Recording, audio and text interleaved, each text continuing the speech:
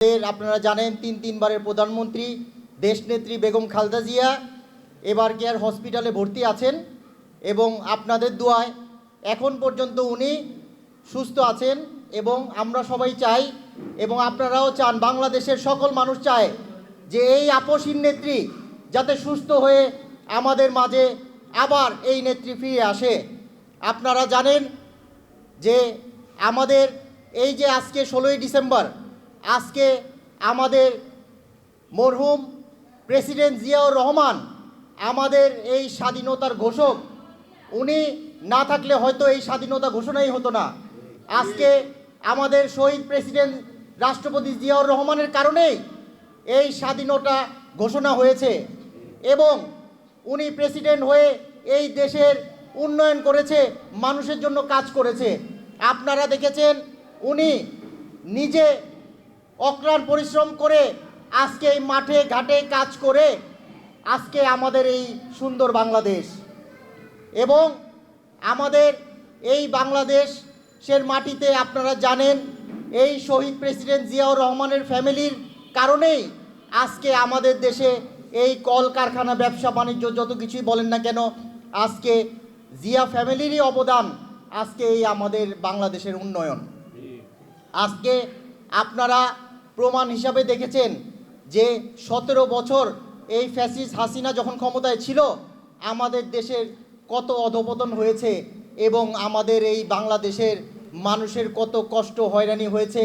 আমাদের ছেলে মেয়েরা কোনো চাকরি পায়নি, কোনো কিছু পায়নি, যোগ্যতা হলেও তারা কোথাও চাকরিতে যেতে পারেনি।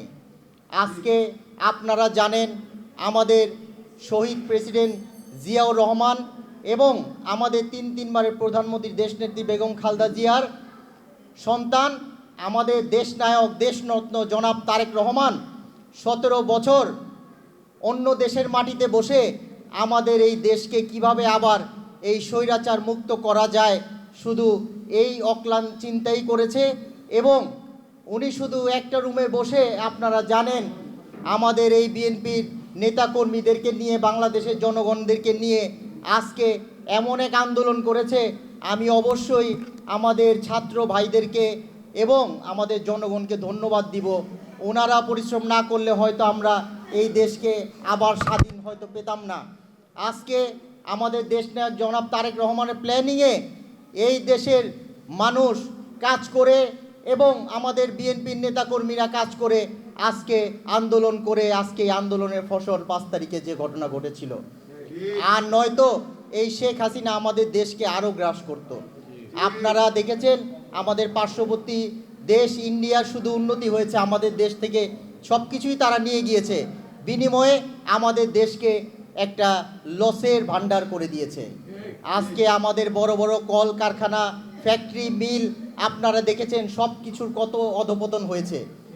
তো যাই হোক, আর আপনারা জানেন যে এই স্বৈরাচারী যাওয়ার পরেও অনেক আমাদের এই নেতা আমাদের দেশনায়ক জনাব তারেক রহমানকে দেশে আসার জন্য কত বাধা সৃষ্টি করা হয়েছে। এটা আজকে দেখেন, সত্য যখন থাকে এবং যারা সৎ পথে থাকে তাদেরকে কেউ আটকাতে পারে না।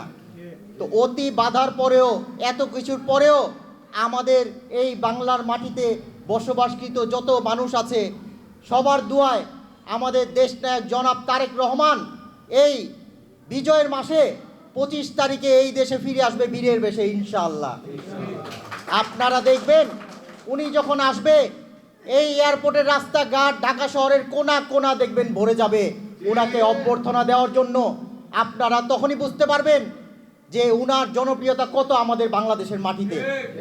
আজকে উনি যখন আসবে আমাদের এই সামনে যে একটা নির্বাচন হতে যাচ্ছে, এই নির্বাচনের 90% প্রচারণা ওই দিনে হয়ে যাবে ইনশাআল্লাহ। আমাদের নতুন করে আর প্রচারণার মনে হয় না আর দরকার হবে। আজকে সামনে যে নির্বাচন হবে এই নির্বাচন সুষ্ঠু এবং নিরপেক্ষ নির্বাচন হবে, আমরা আশাবাদী। আর যদি নিরপেক্ষ সুষ্ঠু নির্বাচন হয় অবশ্যই আমাদের দেশনায়ক জনাব তারেক রহমান বিপুল ভোটে এই দেশের প্রধানমন্ত্রী হিসাবে শপথ নেবে ইনশাআল্লাহ। আর আমরা যারা নেতাকর্মীরা আছি আমরা ওনার সাথে থেকে ওনার সাথে হাত মিলিয়ে কাজ করে এই দেশকে আরও এগিয়ে নিয়ে যাব ইনশাল্লাহ। উনি যে ডিসিশন করবে ওই ডিসিশনেই আমরা চলে এই দেশকে এগিয়ে নিয়ে যাব ইনশাল্লাহ।